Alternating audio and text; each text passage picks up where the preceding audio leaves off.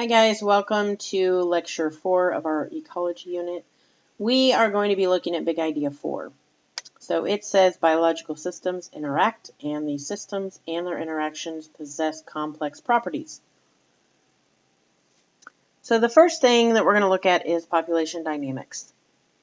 So there are distribution patterns. There are clumped, uniform, and random. So as you can see, the clumped, basically they are in herds or like school of fish, etc. This example happens to be minnows. Then there is spaced, which is uniform. And this basically, these are individuals that they have territory. So for instance, in this case, it's hawks. And then we have the random pattern. And this is basically just means that they're just going to be anywhere. So an example here would be dandelions. They just kind of pop up wherever they want. So an example question is a biologist studying territoriality in 3 related species of birds found in the same section of a forest. For each observed pair of nesting adults, the biologist measured the distance to the next closest nesting pair of the same species, which is the nearest neighbor, and an analysis of the results is shown in the table. So the question is, which of the following would be most appropriate for identifying the species with the most even distribution of nests? So take a minute and see if you can figure that out.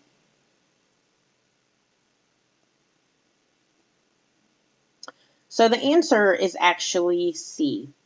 So if you look here, it's standard deviation, which we know is basically, we're going to find the mean, the average, and then we're going to figure it out.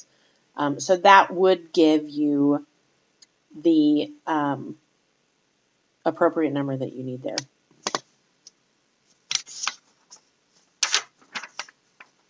Okay, next we are going to look at survivorship curves. And this basically shows the proportion of individuals that are able to survive at different stages. So there are 3 types. We have type 1, and as you can see, humans are in type 1.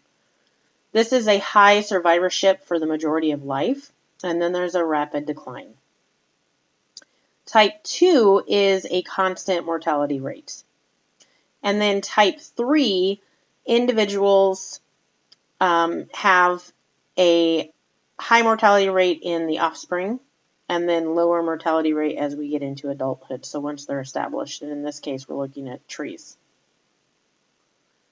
And then there are life history patterns, which are also referred to as life strategies. And there are 2 types of this. We have R, and then there is also K. So the R-selected organisms, they're going to have lots of offspring that have very little to no parenting. There's going to be a high growth rate, and they're going to reproduce early in life. They also, because of this, end up with shorter lifespans, and they are more suitable for unstable environments. And this kind of curve is the type 3 survivorship curve. Then we have K-selected individuals.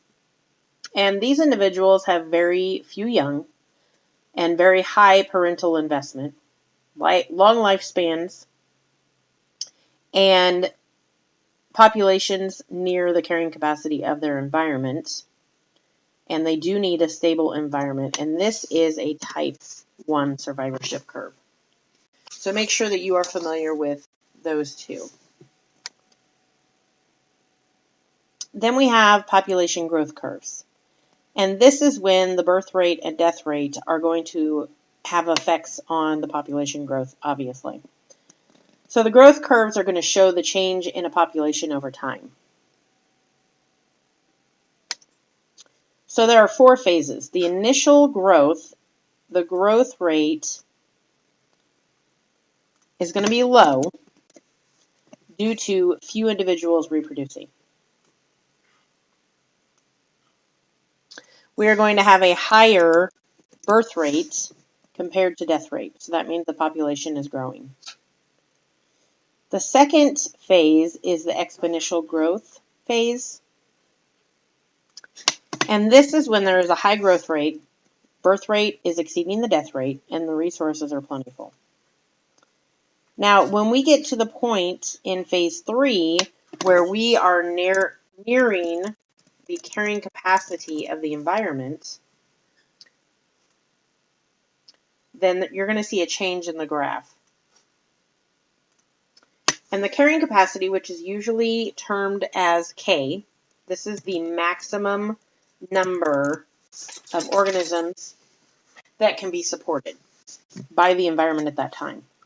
So the growth rate is going to drop as the death rate increases due to a lack of food, as well as a lack of space, and it's going to result in an increase in disease as well as predation. And then we have the fourth phase, which is where fluctuation occurs around that carrying capacity line.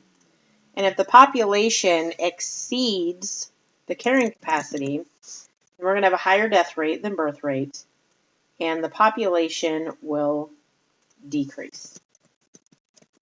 So looking over here at this chart, let's go ahead and label the different phases. So from this beginning point to about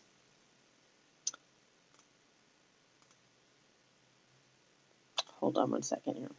So from right here to about right there, this is your phase 1. And you can see, as it says, growth rate's not very big. Few individuals are reproducing. So from here to about here, this is phase 2. And again, exponential growth, very high growth rate. Birth is exceeding death. So from here to about here, this is phase 3. And you can see this line is actually K. This is our carrying capacity.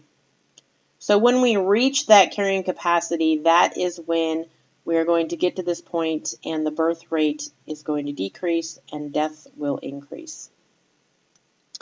And then this area over here is your fourth. And that's where it's going to fluctuate between all the other phases. So how are we going to calculate these kind of problems?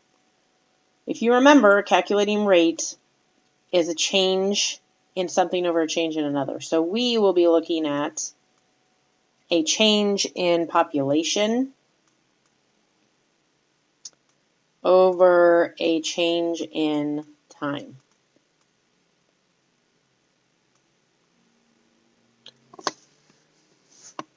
So, for instance, if we look at this graph here, if we say that we want to figure out the change between approximately 4 hours and about 8 or 9 hours, then we're going to be looking here to here. So if we look, it's about a change of 375 organisms. Okay, so basically it would be that 375 over the 4. That would be your equation. This diagram here we're actually not going to worry about. But you should be able to make sure that you understand what each line is saying about the predator and the prey. Okay, let's talk about limiting factors. So populations are going to be limited by these factors, and these factors are basically anything that can affect the population size or the carrying capacity. So we're talking about the amount of food available, the habitats available, whether or not there's natural disasters, the temperature, pollution, the amount of light that they get, the rainfall, etc. So you'll notice that it's mostly we've got listed here is abiotic, but there's also biotic factors as well. So we can say here that they can be classified as biotic, which is living, or abiotic, which is non-living. They can also be classified as density dependent or density independent. So the density dependent limiting factors, these are going to be the effect of the factor is dependent on the population density versus the density independent limiting factor, it's not affected by population density. So if we look here about which one of these would increase versus decrease carrying capacity or population size, abiotic factors, an increase in temperature is going to limit that population size. An increase in rainfall. Natural disasters, an increase in those would decrease the population. A decrease in habitat size would be a limiting factor, could cause a decrease. And an increase in pollution. The biotic factors, increasing carrying capacity, we would have a decrease. Disease would increase the population size. A decrease in competition would also increase that population size. Predation, if we have an increase in predation, that would decrease the population size. And if we have a decrease in food, that would also decrease that population size. So if we look at the density dependent versus density independent, over here, density dependent, all of these are based on the population size. So for instance, if we have an increase in population, we're going to have a decrease in the amount of food available.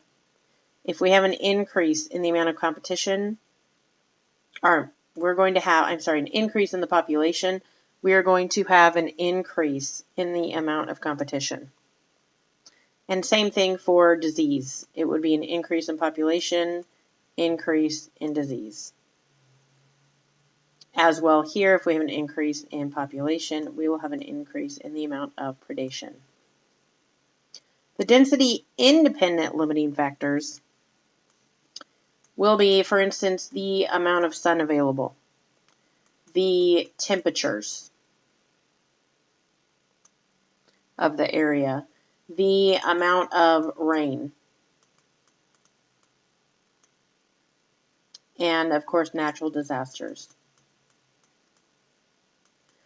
So I want to point out a couple things. First of all, density independent, basically the population does not control how much sun it gets.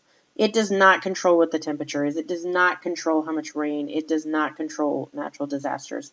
So that is why it's independence. Also, I want to point out that all the things that I listed here are abiotic, but that does not mean that a density independent limiting factor is not or could not be biotic. So let's look at the two different kinds of growth curves that you need to be familiar with. So we've got exponential growth and we've got logistic growth.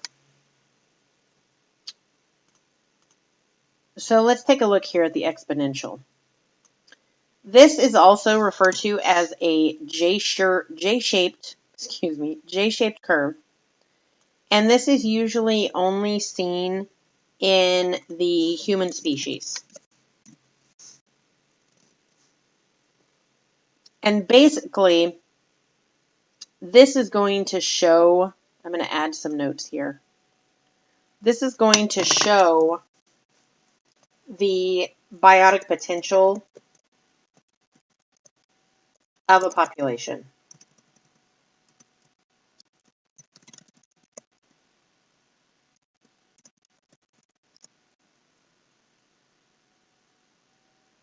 This is also our max rate at which a species can survive.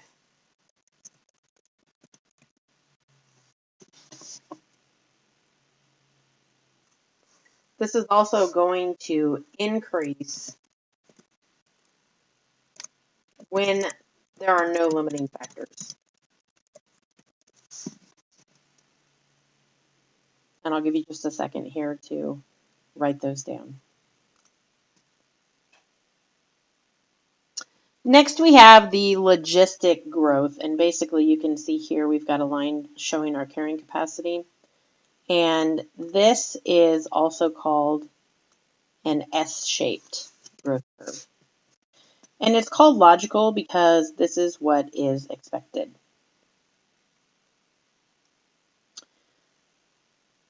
So our next thing is an age structure diagram, which is still related to these growths. So basically, the high number of organisms in the reproductive years lead to rapid population growth. So here, this is actually divided up into areas, and you can see these are age ranges. And these are the number of individuals, and this is what rapid growth looks like. And you can see there are more children between the ages of 0 and 14, and then we've got here the reproductive years 15 to 44, and then it decreases as far as elderly goes. This, for instance, is the United States. We typically don't have as many children as other countries. So you can see that our children is a little bit smaller compared to over here. And then this is the reproductive, and then this is our elderly. And then this one here, you can see it's getting even smaller. And sometimes, in this case, you can look at this. There's not going to be a large amount of growth because the same amount of population here compared to here, they're all pretty similar. So there will not be a huge amount of growth, if any at all. So eventually, when you see a zero growth graph like this, sometimes they will talk to you about another type of graph, which let me draw it here for you.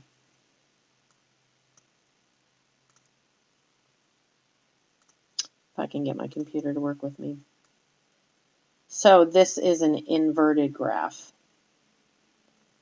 And basically, that means that there is a decline in the population because right here, the blue, this area is the blue. And then this area is the green. And then this area up here where there's the most is going to be the red.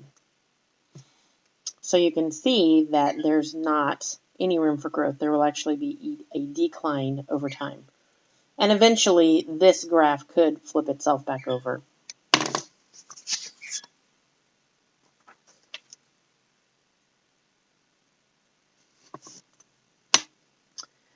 Okay, so now we have population equations. And you can see here there is rate and growth on your formula sheets. So, for instance, I want to point out to you really quick that this here, the logistic growth, it has a carrying capacity factor in it. Versus here, the exponential, the Rmax is the maximum per capita in a population. So calculate the population growth rate between 1960 and 2000. So we're going to look right here and 2000. So we have a change in 3 billion. So if we look here at this graph, you can see that these are the amounts of change. So we are going to put 3 billion over a matter of 40 years. And if you put that in your calculator, it's about 75 million per year. And then it says calculate the population growth rate between 2010 and 2013. So we can tell that we've got 3 years, so we know what our time is. And then we need to just look at the difference between 2010 and 2013 over here. So that looks like a difference of 40. So it is 13.3 individuals per year. Okay, so essentially this calculation is more or less your birth minus your death rate is what's happening. So if we look here, there are 350 falcons living in a certain forest at the beginning of 2014. During that year, 50 falcons are born and 30 falcons die. Determine the population growth rate. Well, 50 were born, 30 died, so that leaves us with 20 falcons per year as the population growth.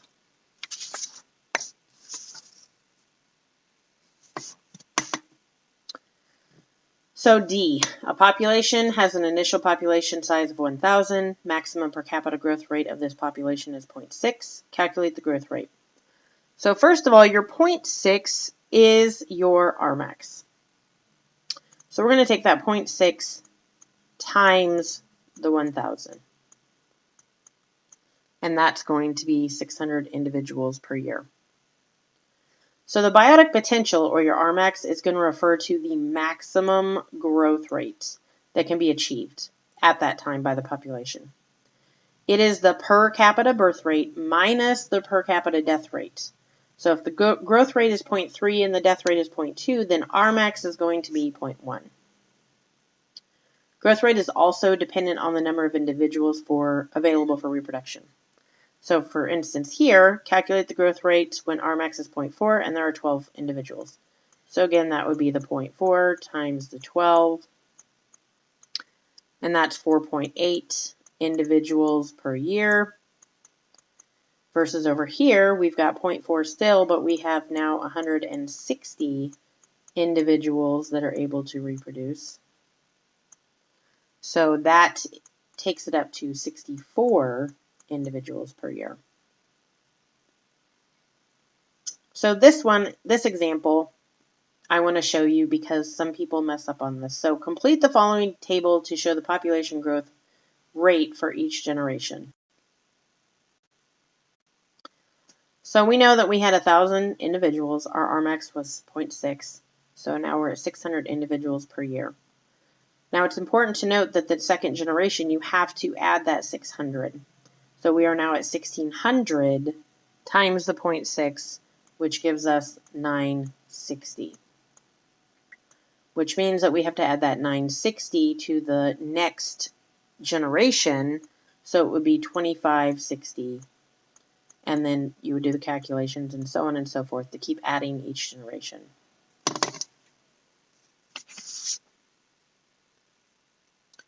So a population had a growth rate of 60 individuals per year. What is the maximum growth rate of this population?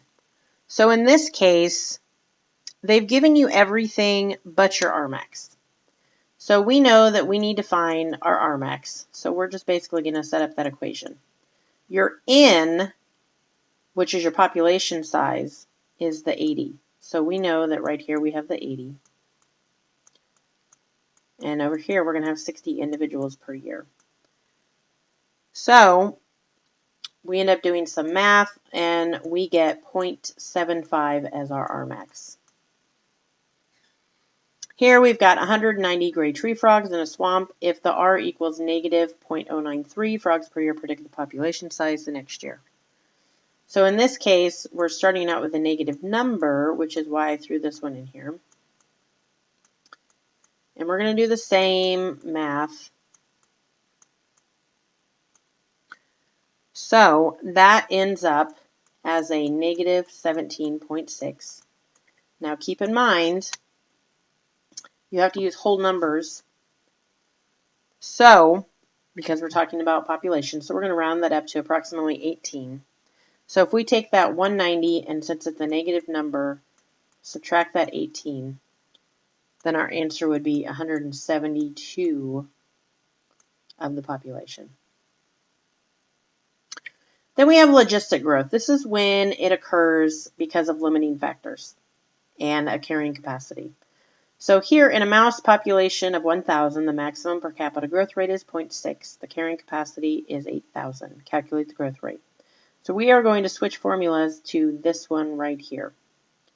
So we are going to have our 0.6, and we are going to have that times our number of our population, which is 1,000.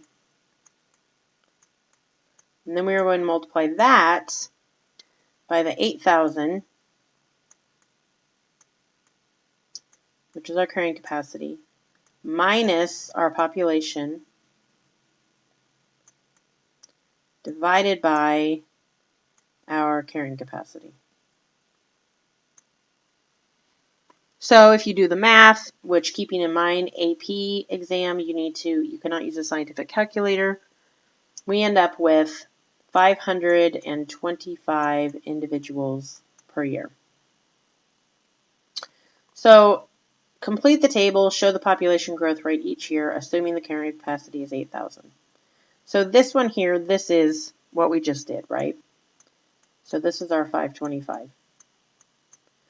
Now we've got to add that to our previous population since it's another generation. So we're going to be at 1,525. And we're going to go through and do the same calculation that we did right here. So pause the video and practice that for just a moment.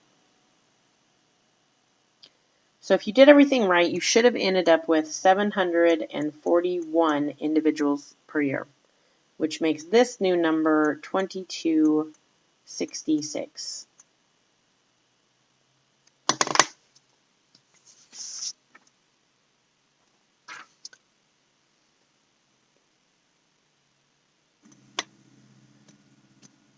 This is an example of a population size estimate that was on a previous AP exam, 2013 to be exact.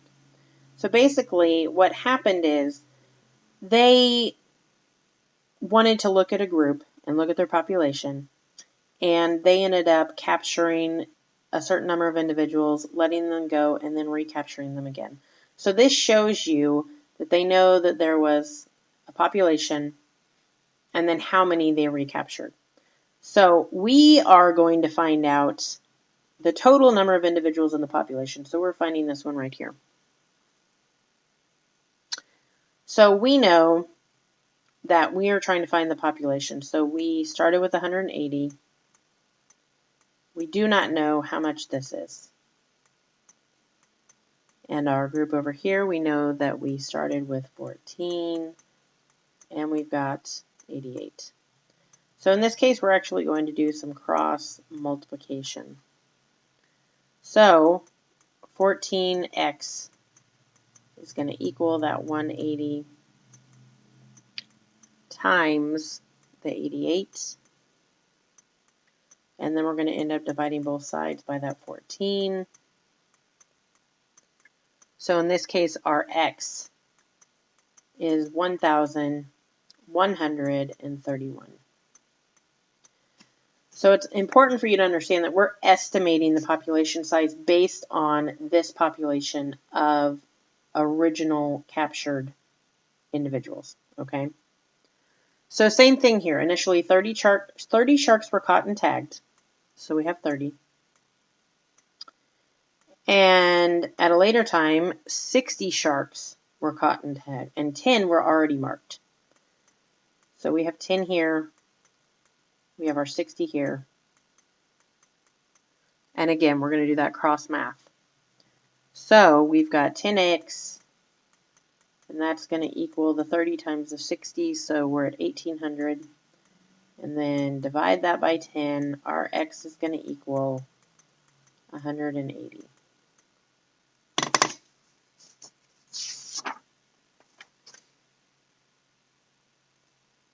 So now let's talk about how we as humans have impacted the environment. So human activities can lead to, they don't have to, but they can lead to habitat destruction. And the primary cause of extinction and loss of biodiversity on our planet is from us. So it's important that you keep in mind that organisms cannot move to a new habitat. They cannot switch to new prey, new food, etc. So rapid changes are going to lead to a population decline. Why? Because evolution and development of adaptations, those take thousands, if not millions of years. So some human activities that have had a negative influence. We've got habitat destruction, and that's for housing developments, sometimes just parking lots. And we've also got deforestation. Then there's also the introduction of exotic species, and this can actually lead to an ecosystem collapse. And then, of course, we have polluting the environment, pollution. Let me put polluting. So basically all the trash that you see on the side of the road, the chemicals, the fertilizer runoff, all of that, global warming, it's also going to lead to habitat destruction. So what happens is the habitat destruction can lead to the reduction of our primary producers. And it's also a reduction of energy available to our consumers. So what happens is over time, this gets smaller and smaller and smaller, just like that growth rate that we looked at. And then we end up with that reverse funnel that we just talked about. And this is unstable. This is a stable picture. This is unstable because this amount down here, this is what is available for energy for our consumers. So this type of chart ends up with starvation and death of a lot of the population. Now, eventually, this will right itself, and it will end up looking like this. So there's still a very small amount here of producers available, and it is still unstable, but it can be fixed.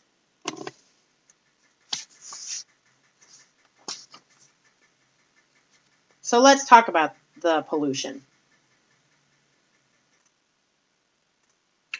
So the first thing is acid rain.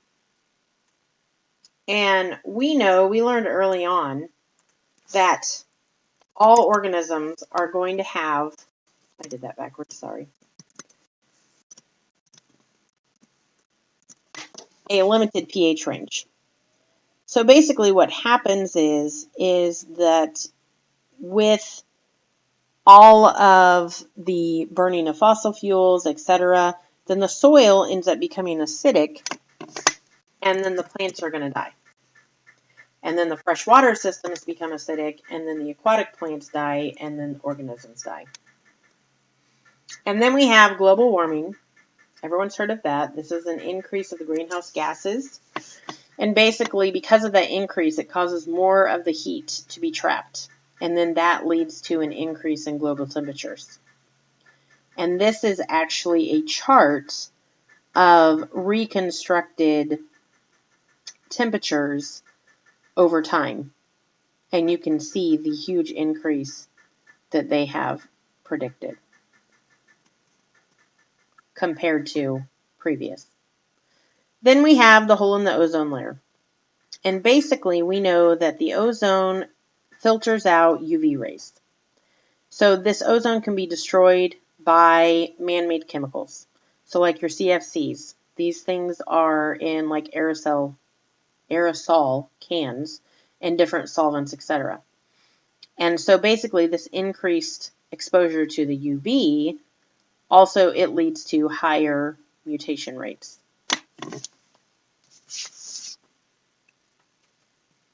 Then we have eutrophication, which we looked at a little bit. And this is what we talked about, the excess fertilizer running off, adding phosphates and nitrates to the ecosystem leads to an increase in plant growth. It's also called algae blooms. And this can be a natural thing. It's not just because of the runoff, because some ponds, etc., do go through this cycle. But you will see those ponds that are near farmland do it a lot more.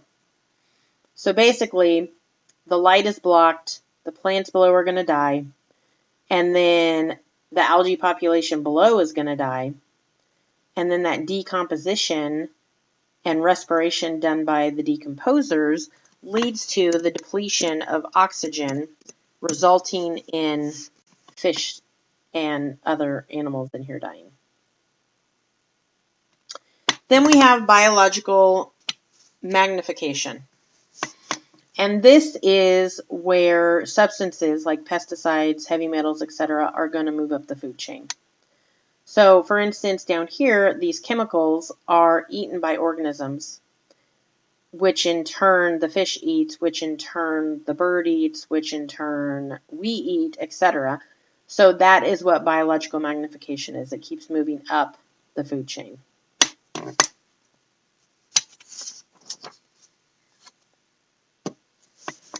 Succession is going to occur after a change in the environment. And there's two types. There's primary and secondary. So the primary is going to begin with no life. There's no soil. There's a new area. So for instance, like a volcanic island. And then the moss and different little plants like that come first. Biomass is very, very low. And then we have secondary succession, which is following the removal of the existing biotic and biomass. The soil is going to already be there. There's an old area. So for instance, a forest fire. And the seeds and roots are already there. Biomass is going to be higher. So the primary succession is establishment of a community in an area that originates with no soil. So there's going to be a pioneer species that colonizes the landscape. So it could be algae, fungus, etc. And eventually, a climax community is established. And that means that the ecosystem has finally reached a steady state. And you can see here, this is the process of that. Then we have secondary, and this is when a series of changes take place after it's been cleared. So the soil is intact. So that's very important to remember. There is soil there. So we've talked about all of these negative things, and we've talked about, what we've done as humans. So let's talk about what we've done in a positive way. So we have lots of things that we can do in order to fix the environment. So for instance, recycle. This is so less resources are harvested and destruction of habitat doesn't occur. We can have habitat preservation. And there are many, many parks in the United States that are like this. And so there's areas of undisturbed ecosystems. And then we can have habitat restoration. So this is an afterthought, but we can still restore it and bring back what there once was. We can education, learn ways to minimize our impact. We can also, politics can limit or ban chemicals. There could be fines or taxes for those companies that do not limit their polluting chemicals. There's actually lots of companies that are getting tax breaks because they have decided to go green. We can also restrict hunting or the sale of certain animal or plant products in order to protect the populations. And then we can also protect our keystone species. And the keystone species, they have a huge effect on the environment. So, for instance, here are some keystone species. You wouldn't think that a slug would have that much of an influence, but it does. So basically, if those keystone species were destroyed or removed, the ecosystem often collapses. And finally, let's talk about the importance of biodiversity. So we talked about how the greater biodiversity means more stable ecosystems, but on top of that, they can continue to supply, and that is important for everyone in the food chain, including us. So for instance, if we destroy plants or oceans, then part of our food chain disappears. There's an agricultural value. So for instance, bees. And bees actually, they have calculated that they pollinate approximately $10 billion worth of food crops annually. And then, of course, we have manufacturing supplies and building materials such as rubber from the rubber tree. There's cotton for our clothing, wool, building materials, etc. And then there's also medicines. And it is estimated that there's approximately 300 or more drugs that have yet to be discovered. So, for instance, this simple little flower has actually started treating leukemia and Hodgkin's lymphoma and has helped these patients go from a 10% survival rate to a 90% survival rate. Fungus, for instance, gave us penicillin.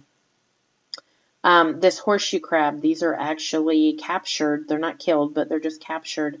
And their blood is actually used to keep medical devices free from bacteria. There's actually a chemical in their blood. And then there's, of course, other animals that give medical research. So that is it for our ecology unit, and I will see you in class.